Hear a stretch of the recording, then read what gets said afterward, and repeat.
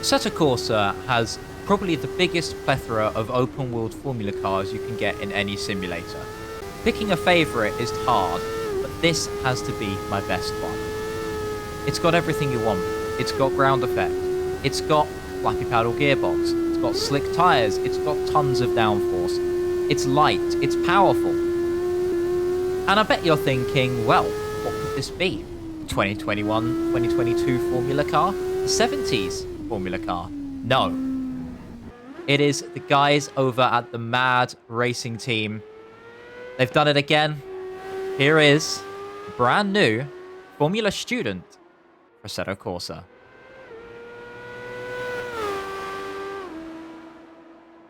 So what this car is a single-seated go-kart with massive wings and ground effect, and we'll get to that later.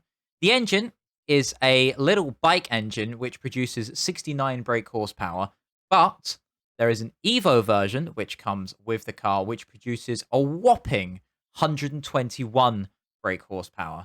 Now that may not sound like a lot, but when you remember that this car weighs only 239 kilograms and is only 85 centimeters in height, that power kinda just sounds a little bit crazy when you really think about it. But the one thing you may have noticed me say then was ground effect. Of course, the modern Formula 1 cars have returned to ground effect with the current season of cars, resulting in some mild bouncing. Luckily, though, the Formula students managed to do something that Mercedes couldn't do and create a ground effect car that doesn't bounce. For 2021, the Formula Student Racing Series is allowing for the first time the use of powered ground effect devices. What this means is that they've taken the concept that Gordon Murray produced in the 80s and the 70s of having a fan-powered device basically sucking the car to the ground, and they've gone a bit crazy with it. This car has 8 fans on the back of it, basically meaning that the whole car is sucked to the ground.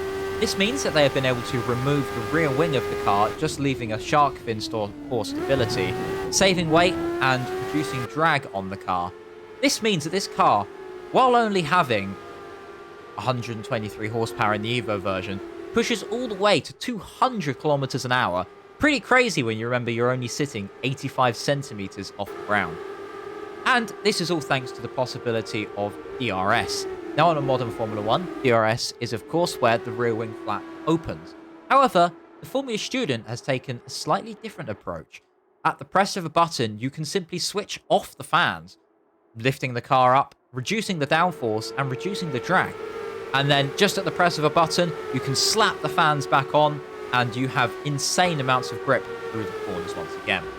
Now the car in question can be found on Race Department, I will link it in the description below, and comes with 18 skins available in total, with some YouTuber themed skins with some names you may recognize.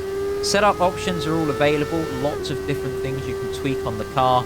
AI has also been heavily worked on by the Formula Student team, and this means that AI racing is incredibly fun in this car, with the cars basically having no downforce, there's no thing as dirty air, and with them being so physically small in size, you can go side by side in places you've never thought possible.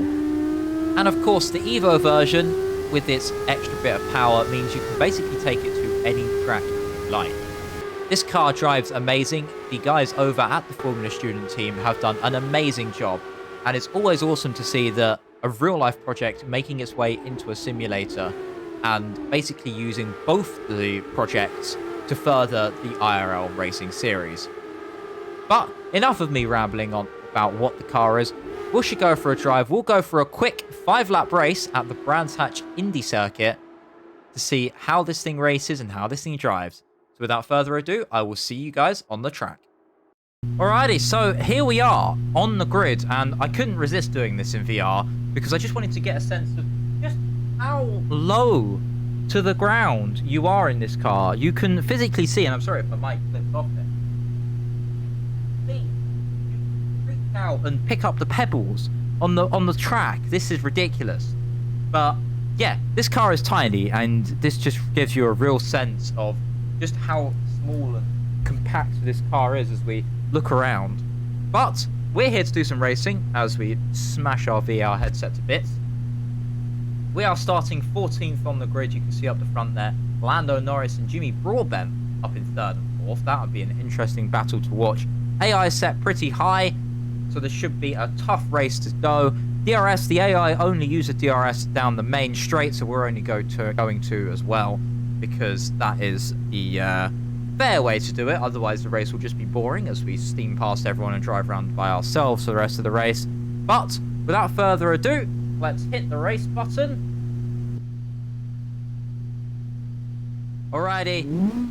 Let's see what we can do here from midway in the pack. Raise those revs, and it is lights out, and away we go. We get a decent start. And now for the run-up to Paddock Hill for the first time. AI slow up ahead. We're going to pass the 137 on the outside. And now we can think about a move possibly around the outside of Paddock Hill.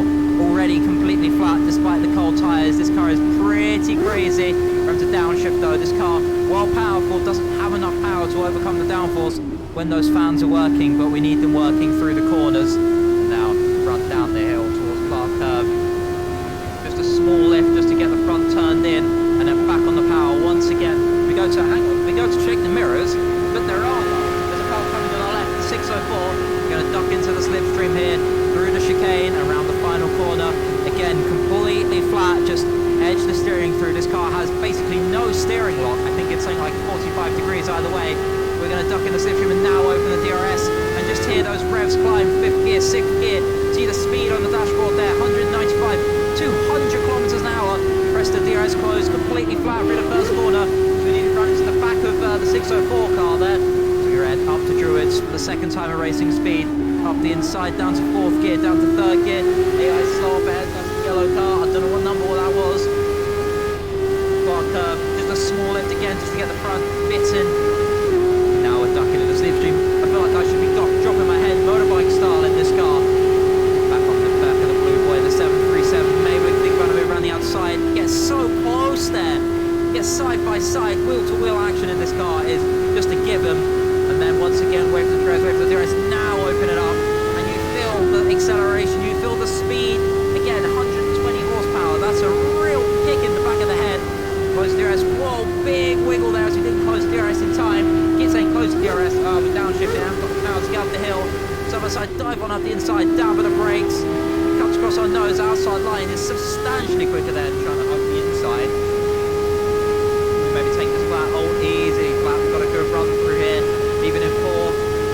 Oh, we've got a very nice run here in the slipstream. Right on the back end of him. You can see the fans working. All 8 of them. Just like someone just slapped a couple of GPUs on the back of it.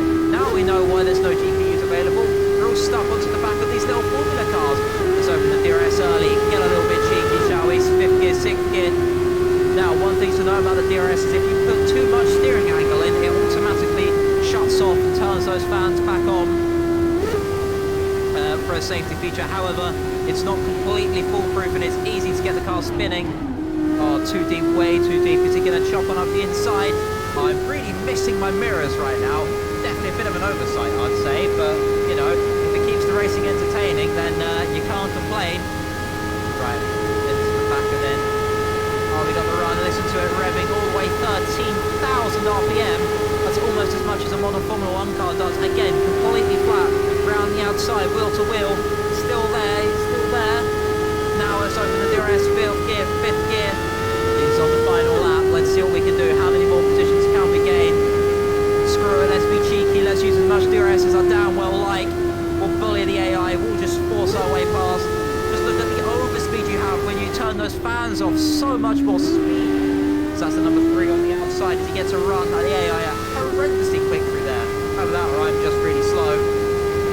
But let's see what we can do here. DRS open. Just watch that speedo climb. 5th gear, 6th gear. Have to close it. Oh, that's a late lunge up the inside there. I thought he was going to come across our nose. If someone make it through alive.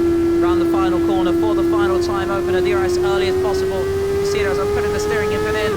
Fans are turning back on. And we pass Jimmy Broadbent to the line. Can we get him? No, we can't. That's 4th place. Wow, this car is fun. And in VR, this is a hell of an experience.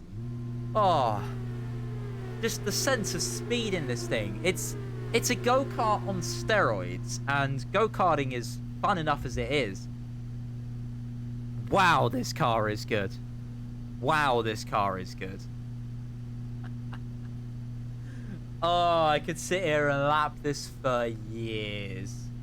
So there we are, guys. There is the first look at the new MT-01 from the guys over at the Formula Student team. This mod is honestly amazing, and there's some great names behind it as well. And it's for a great cause as well. Of course, anything that helps students get into motorsport is definitely a bonus. This mod is free. It is up on Race Department. I will link it in the description below. But I do urge, though, that you do give whatever you can to them to help keep mods like this and keep IRL racing series like this alive, and to help bridge that gap between sim racing and real racing. But all that's left me to say now is thank you very much for watching. If you have enjoyed, please consider hitting a like button. Subscribe if you want to see more. Follow me on my Twitch below. I do a lot of iRacing streams over on there. But all that's left me to say now is have a really awesome rest of your day, whatever you're up to. Hopefully it goes amazing for you. And I will catch you guys all in the next video. Well, we'll see you later, guys.